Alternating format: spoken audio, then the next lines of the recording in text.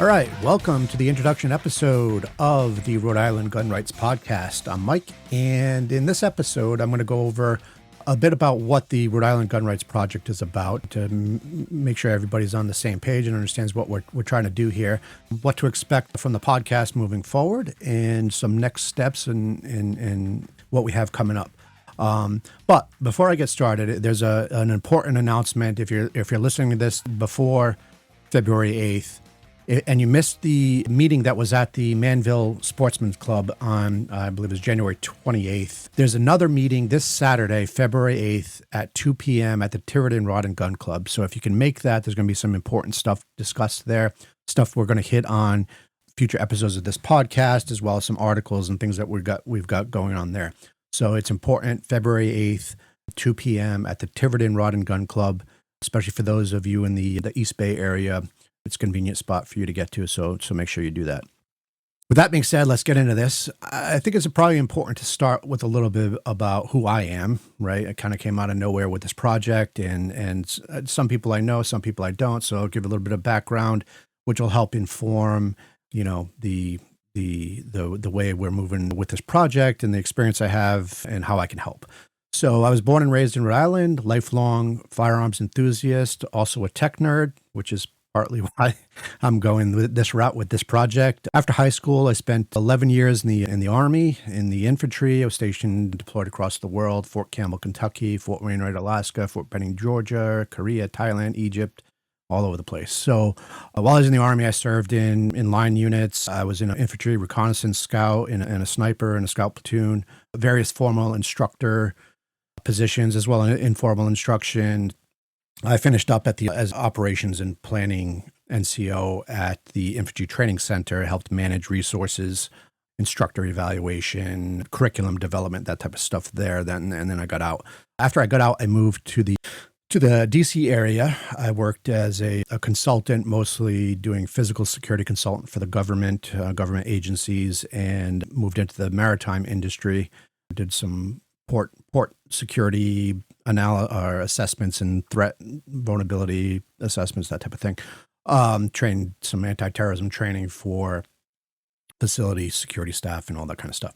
After that, I left that job. I spent almost 2 years in Iraq as a civilian security contractor, worked with EOD teams, explosives, ordnance disposal teams, doing munition clearance work, and I also did some electronic surveillance work towards the end and before I came home. For the past 10 years or so, I've been working in corporate crisis management consulting, wear many hats with that, but one of my main roles is managing the company's technology stack, both internally facing as well as external facing. Do a lot of website work and IT management and that type of thing. So pretty involved in the technical side of the business on that stuff, as well as other things, but that's, neither here nor there.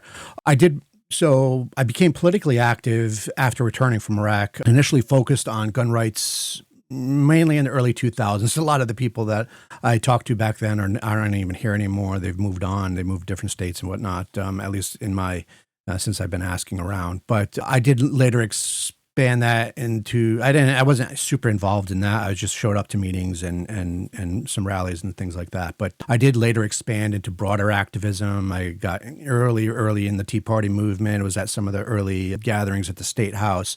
Big, huge Ron Paul supporter. I am a libertarian philosophically.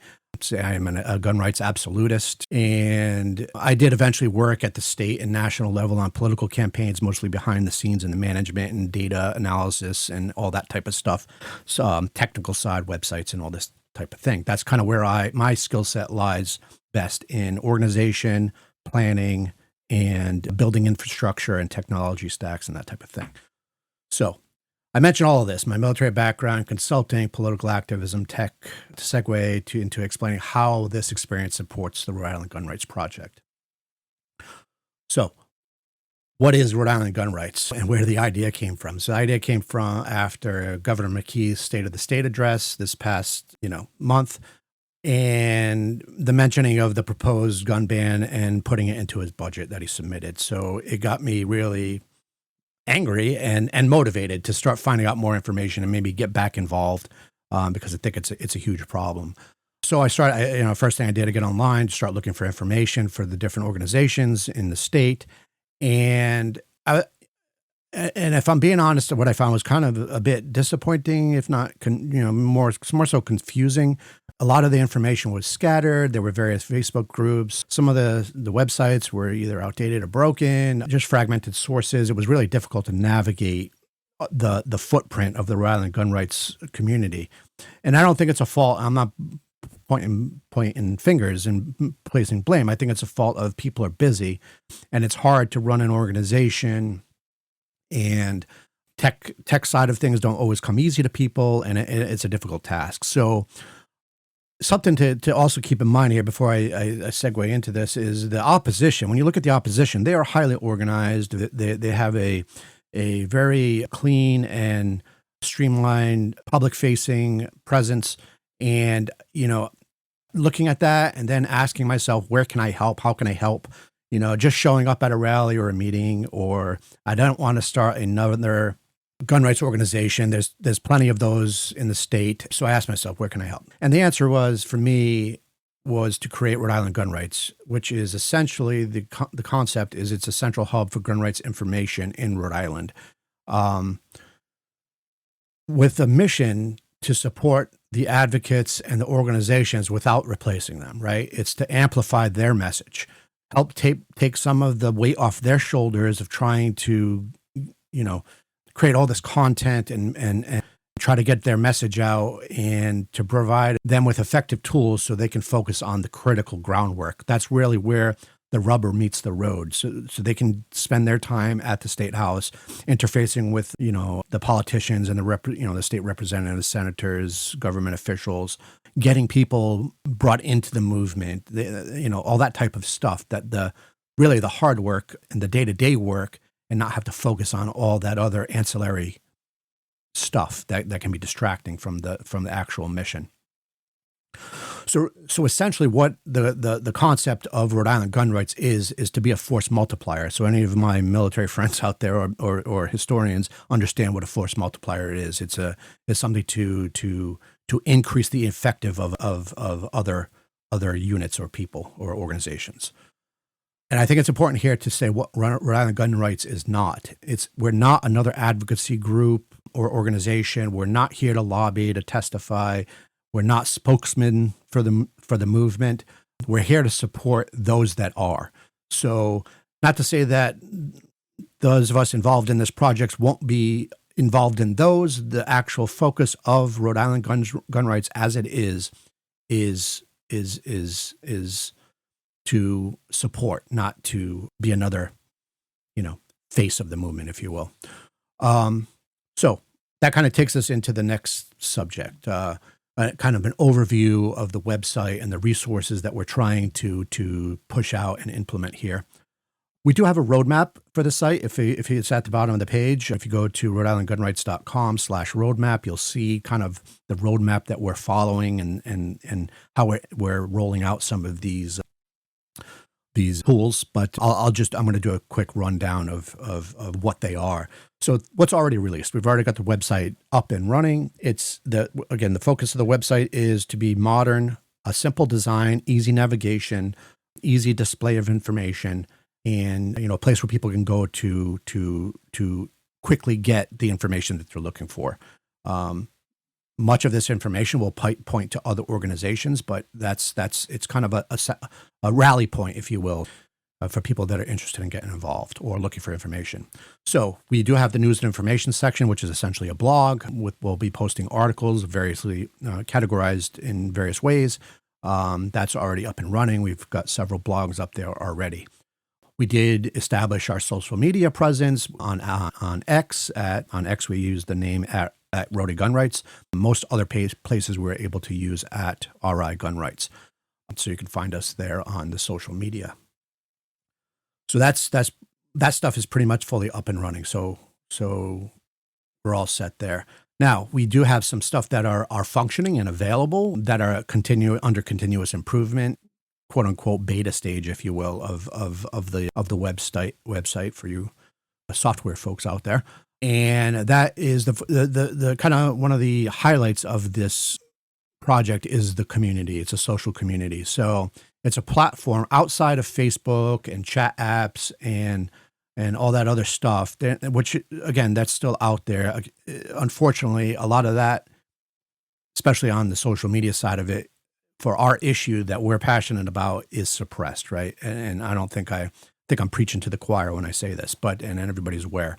Their message, the opposition's message gets out and gets amplified. Our message gets suppressed and pushed into the shadows. So we need a place where we can communicate effectively.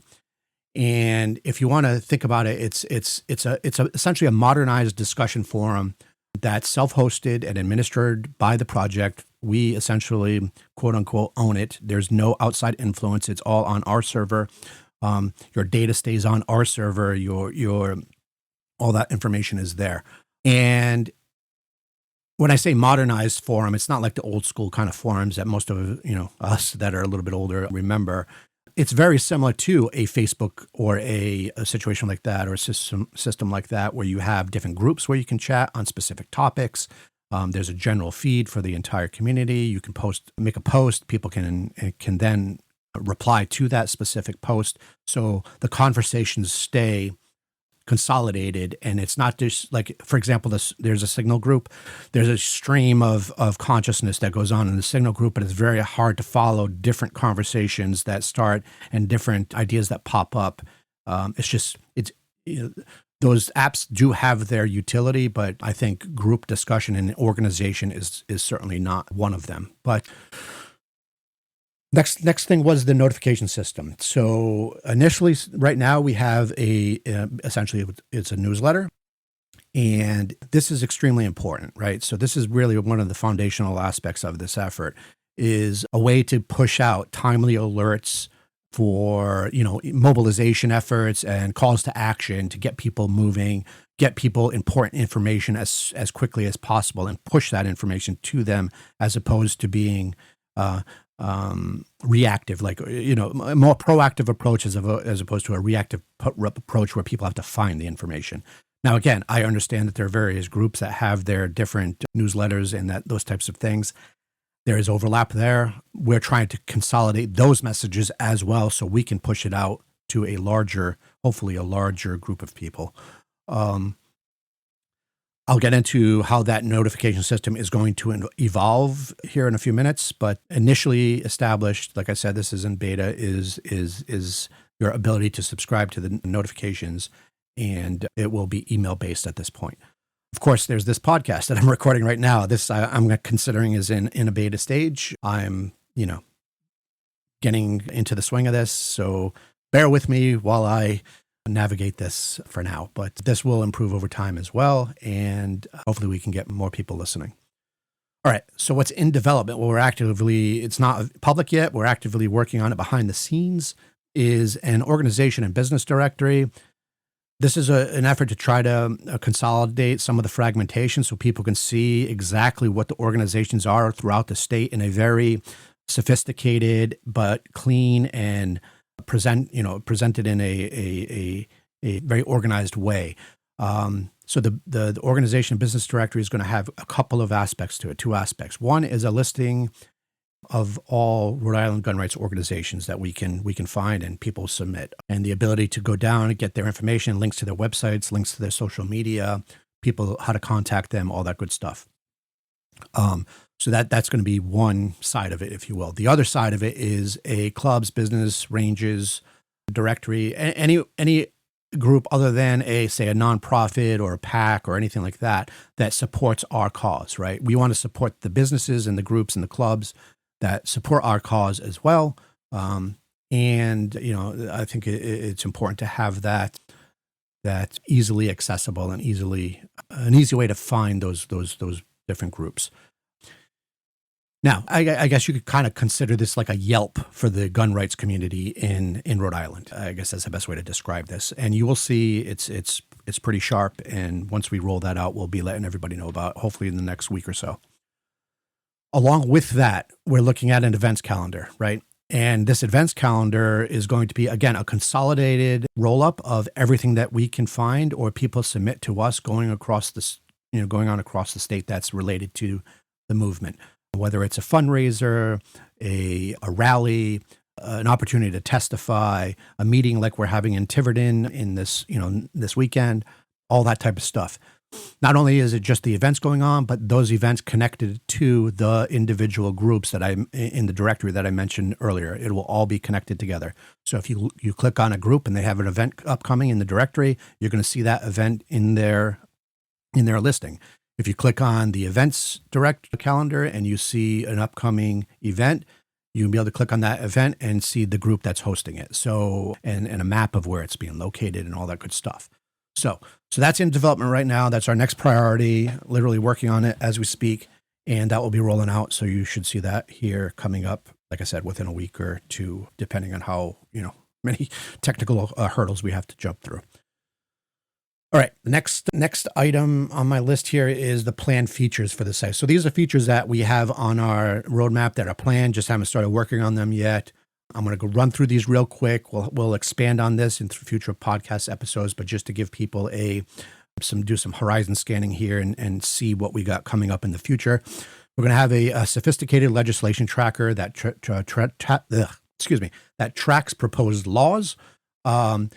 And I know there are trackers out there. There's Legiscan. The Rhode Island website has its own tracker. There's, Bill 50, I think. There's a bunch of different tools out there. Open States is another. The problem is you have to sift through, all the stuff to find out the bills specific to us. So we're looking at doing this programmatically, where it automatically, through automation and some programming, that we can extract that information, post it, and keep track of it. In partnership with that, we're looking at a legislator tracker. So the legislators and the people that are behind these bills, either supporting or opposing these bills, will be connected to this and integrated with this as well. It's a way for you to know who supports or opposes gun rights within the state. So there's more features to that. So I don't want to get into the weeds here. We'll roll that out over time. A system to do some surveying, polling, and collect data from both from the community as well as external to the community, so we can get a picture of the landscape for the movement and distribute that data and information we collect with the various organizations within the state. So we can collect information in and information out, right? So not only do we share that information with the community at large, but the specific organizations that need that information to enhance their efforts and focus their resources. I do know some of the organizations within the state already do this. Hopefully we can partner with them so we can consolidate that information as well. Or if they don't want to be doing that and they'd rather not, and they'd rather focus on other efforts, maybe we can work together on that and do that work for them behind the scenes and get that information out, not only to them, but to other groups that may benefit as well. A knowledge base is in the works. So just kind of a general knowledge base of information regarding gun rights within the state and historic information, as well as ongoing information, something that's searchable, indexable, easy for people to navigate to, things like, how to get a concealed carry permit, or how to, all that type of knowledge. So a knowledge base for that. An FAQ section that will be incorporated into that. So if there's common questions that it'll pull data from that database or that knowledge base into those FAQs. And then also this will also function as a way for us to use information on how to use Rhode Island gun rights. So if there's people that are, how do I make a post in the community, all that stuff will be incorporated into there as well in a separate, segmented separately, but it's the same system that will support both. So here's the other important thing, enhancing the notification system. So as I mentioned previously, the notification system is essentially set up to push email out, right? It's an email newsletter system. We want to enhance that system so we can also do SMS text messaging, which has its challenge. So as we know, a lot of email just goes into your junk folder, right? In your spam folder. That's an issue that everybody struggles with. One of the ways to overcome that issue is volume, right? We get as many people as we can subscribe to the newsletter, meaning some of that information that goes into some people's spam folders will still get propagated by those that see it. So volume becomes the issue. So getting as many people to sign up for the notification system as possible is the key to email anyway. As far as SMS, there are also, again, struggles there. There's some FCC regulations that you got to navigate. So that's kind of why this is not being rolled out right away. There's just, some work to be done there to get that all approved and working. Also, push notifications. So the ability to click a button on the website and get push notifications directly to either to your browser on your computer or to your mobile device. There's some tools and things we can do there that are on the map, on the roadmap as well. It kind of leads me into the next longer term future thing is the potential, depending on how successful this project is and whether or not we put resources into it, but the potential to have a mobile application. So a Rhode Island Gun Rights mobile app that people can download. They can get push, the latest articles and news, push notifications, the community I was mentioned before, which is not a mobile app at this point. It is mobile responsive. So you can use it on your mobile device and it formats in a friendly way. However, it's not an app that is installed on your device. So a mobile application is a future item on the roadmap. And again, this is largely driven by how successful we can be with this project over the next coming months. Now, there's a few items here that I have under consideration. I'll just mention a few. There are many more, but one of the things that I myself have observed at meetings and in some of the discussions I've been reading through is a potential for a crowdfunding platform. Again, a central location where people can kind of like a GoFundMe or GiveSendGo that's specific to the community. We're an organization that is struggling to get a donation app or a something like that onto their website, and it can be a challenge. So we're looking at the possibility of a crowdfunding feature of the website. So that's under consideration right now. There's still more research to be done and some figuring out there. Along those lines is a ticket sales integration. So we mentioned the events earlier, which is going forward and will be launched here soon. Under consideration is the ability for a business that has an event listed on a website to sell their tickets for that event through the event system. So that's something to consideration. Very similar to the crowdfunding thing, but just while I'm thinking of it, just reflect back on the directory. Companies and organizations will be able to claim, quote unquote, claim their listing within the directory. So then we're going to list everything we can find regardless, right? But if a company or an organization or business or whatever group wants to claim their listing so they can manage their listing, they can update the logo, they can update the description of the thing, they can respond to comments on that listing. That's a feature that is going to be possible. And which will tie in with the ticket sales integration for the events as well. So if it's all interconnected. Another feature of the community aspect could be the community side of the thing. The website could be e-learning potential. So and when I say e-learning, I'm not talking about firearms training. I'm talking about things like advocacy, how to establish your group, how to do different aspects that organizations and activists and advocates need to understand in their efforts, right? So we're not looking at pushing out firearms training information. That's handled by other groups, and rightfully so. We're looking at to have a resource for people trying to learn how to do better in the community and help improve their efforts. So that's and again, those are just three things. There are other ideas that we have in the back end, aren't really kind of ready for public release yet, but my goal is not to over promise and under deliver. So I'm trying to make it very clear that these are just ideas at this stage. That being said, if you do have ideas, this roadmap, if you go to rigunrights.com/roadmap, you are able to submit your own ideas, and they go into a workflow that we can review and look at them and either determine whether or not that's feasible or something that we can actually do on a practical level, and we can move that into the under consideration column. And while I'm saying that, something that's very important especially about the under consideration and the planned features aspect of the roadmap, you have the ability to vote on these items. And couple of ways that helps us, especially on the planned feature side. It helps us prioritize what we focus on next. And then the under considerations side of things, it helps us determine whether or not this is even an idea that we should spend our time trying to implement. So that's, I think, an important thing to consider there. All right. So that's kind of the project in a nutshell. It's very website based, trying to get information consolidated and pushed out, information in, information out. So that's kind of like our focus, maybe kind of like a heartbeat, I guess, pumping blood throughout the movement. So I guess that leads on to let me just talk about the podcast itself for a little bit.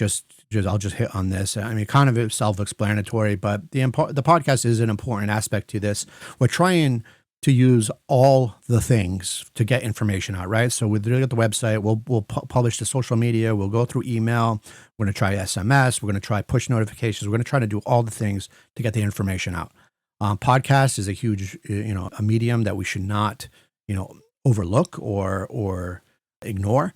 And, the focus on it is to enhance the project. So sometimes it's a lot easier to hit record on the audio. I have a pretty decent setup here, do podcasts for other things, but it's easier to hit the record button, speak, describe what we're trying to do, get that message out. It goes to people's podcast feeds, they listen to it, and the message is out, as opposed to sitting down, typing up an article, getting the grammar right, formatting right, make it look good, make it easy to read. That takes a lot more time. Not to say that we don't do that as well, but we can get the podcast out quickly and have additional information on an article. And the other aspect is that a lot of people don't even read anymore, right? You can listen to a podcast while you're driving in your car to work. We'll especially the important ones, we'll try to keep short, to the point, get those out, and go from there. So it's a fast and efficient way to get out information.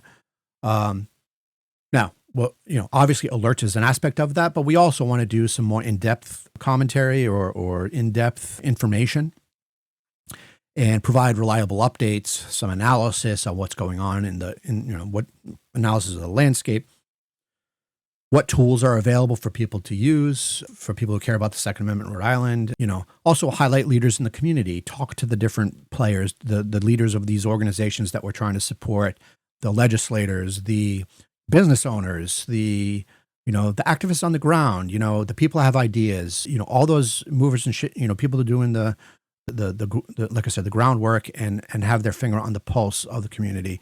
We want to give them a platform to talk and get their message out as well. So I think that'll be an important, but also a pretty fun and an exciting experiment.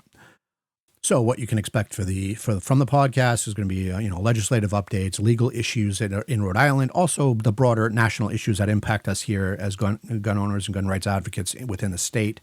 Interviews, like I said, with advocates and experts and community members and that type of thing, and hopefully they can give us some political advice or even push out some political advice on advocacy and how to organize and what we can do.